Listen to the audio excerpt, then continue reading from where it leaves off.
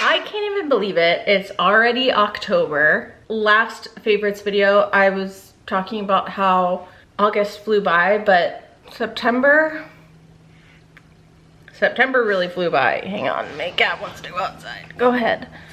I had to keep my door shut because the crows and the parrots were going off. Oh no, she doesn't want it closed. I apologize. So you might hear some crows. Nothing I can do, she's in charge. So I've got some, oh, you can already see them. No spoilers. Let's just get right into the faves. I've got some few new ones. I've got one product for the body. You guys know I've been really serious about upping my body care game, and I've still been hydrating my body after my shower every single day. So something I've been reaching for a lot this last month is by Saltair, and this is their Saltwater Vanilla Nourishing Body Oil. I've used this one more than anything else I've reached for, and it's mostly, so first of all, it's very hydrating. It's like a thick oil. It sinks right into the skin, but it will like stay like, I don't want to say oily or greasy because it's not, but like you will feel it even like into the evening. If you like apply it in the morning, like by the time I go to bed, like I can still tell that there's like moisturizer on my body, but it doesn't like get on my clothes or like feel sticky or anything like that. But the scent, I mean, the scent is what really keeps me coming back. It's a really, really nice warm vanilla. It's not like it's not like a vanilla cupcake. It's more of like kind of a sandalwood vanilla, like almost like a powdery vanilla.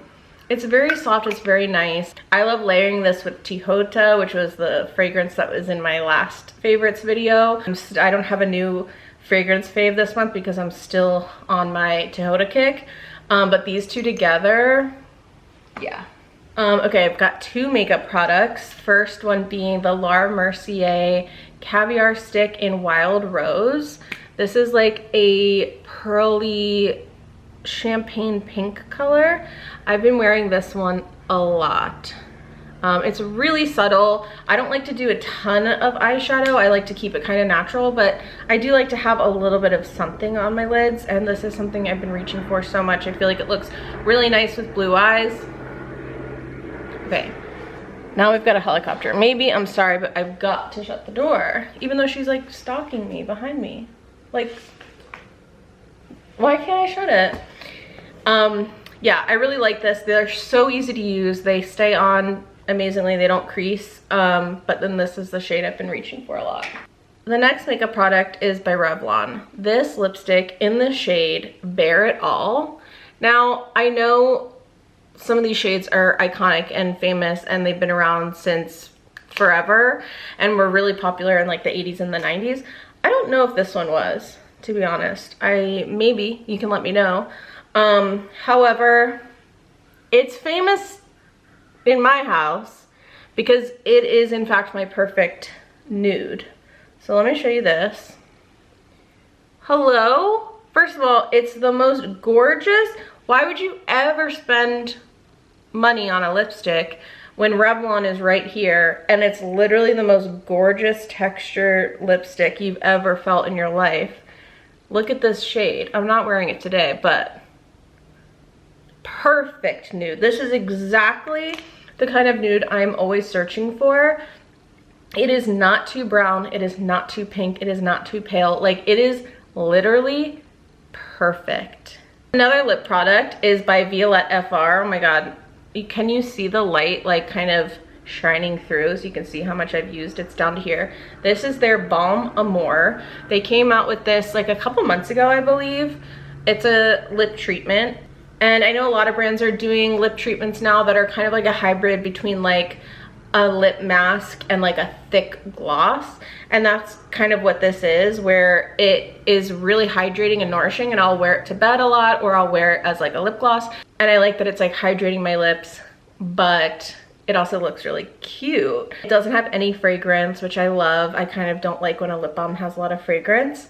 And the the tube is so pretty, and it has a metal tip applicator, so it feels really nice and luxurious. I love this brand a lot. This is not a new product for me by any means, but it's just something that I was using a lot last month, and so I gotta include it in my faves. But this is a Maison Louis Marie candle. This is in the scent number 4. These are some of my favorite candles.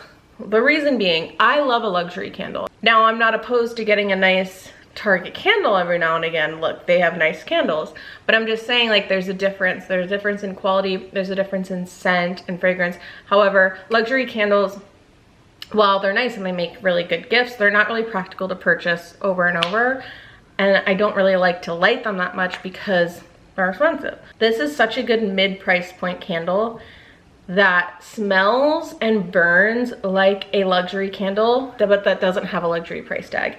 These, I believe, are $35, which again, not a cheap candle, but again, it's like that mid-price point where like you don't feel so guilty about burning it for like 6 hours in a day. This scent number 4 is like a really good dupe for Le Labo Santal 33. So if you like that scent, check this out.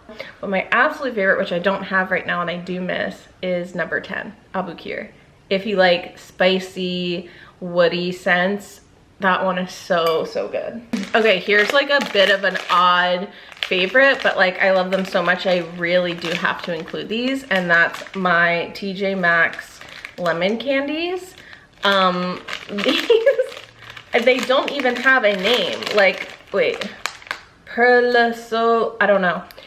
If you go to TJ Maxx, you will find these. They are all over the store, okay? And they are so good. I've got them on a whim. I really like lemon candies, but I like a sour candy when I'm like feeling anxious or nauseous. Like it just kind of helps me like to ground myself. And so I got these. Not only are they so good, but they, which I didn't know, they're filled with like a fizzy lemony powder that's like really sour. So as you suck on it, it gets like more and more sour.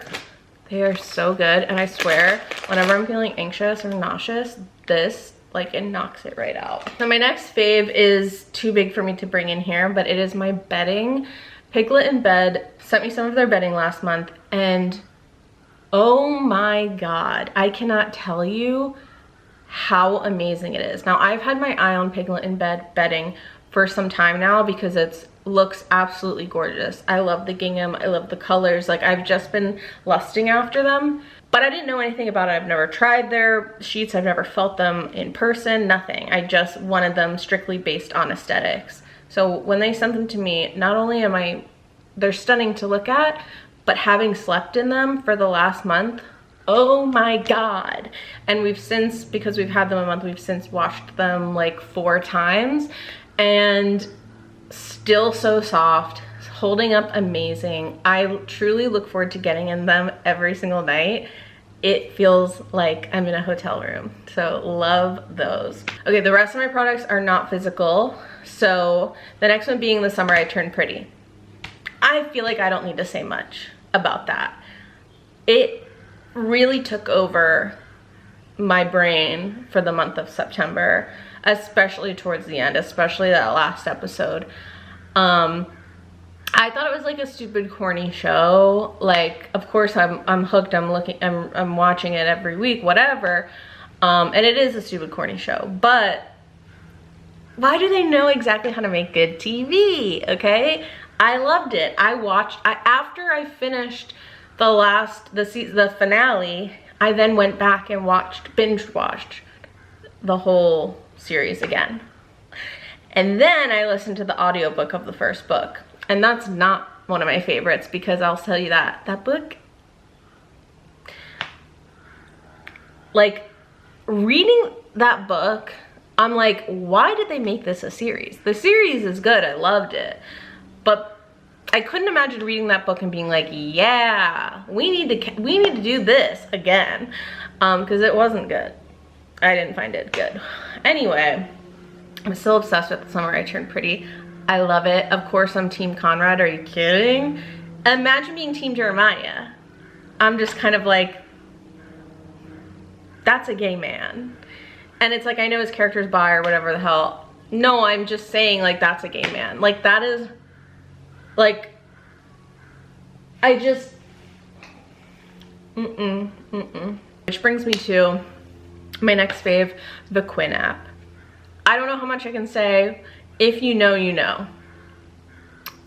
Chris Briney has a series on there, which kind of resurfaced my like love for the app. I will say, like, this wasn't my discovery for the app, but I do love seeing how much this app is kind of popping off right now. I do find the fact that this app exists to be revolutionary. It's like audio erotica made by women for women.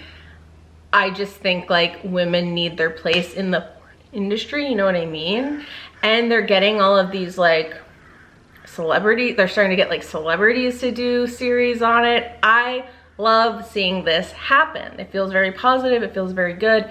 Quinn app would be a dream sponsorship with me. Call me. So those are all my faves for the month of September. Hopefully this month will take its sweet, sweet time because I do love October. Thanks for watching. I'll see you in my next video.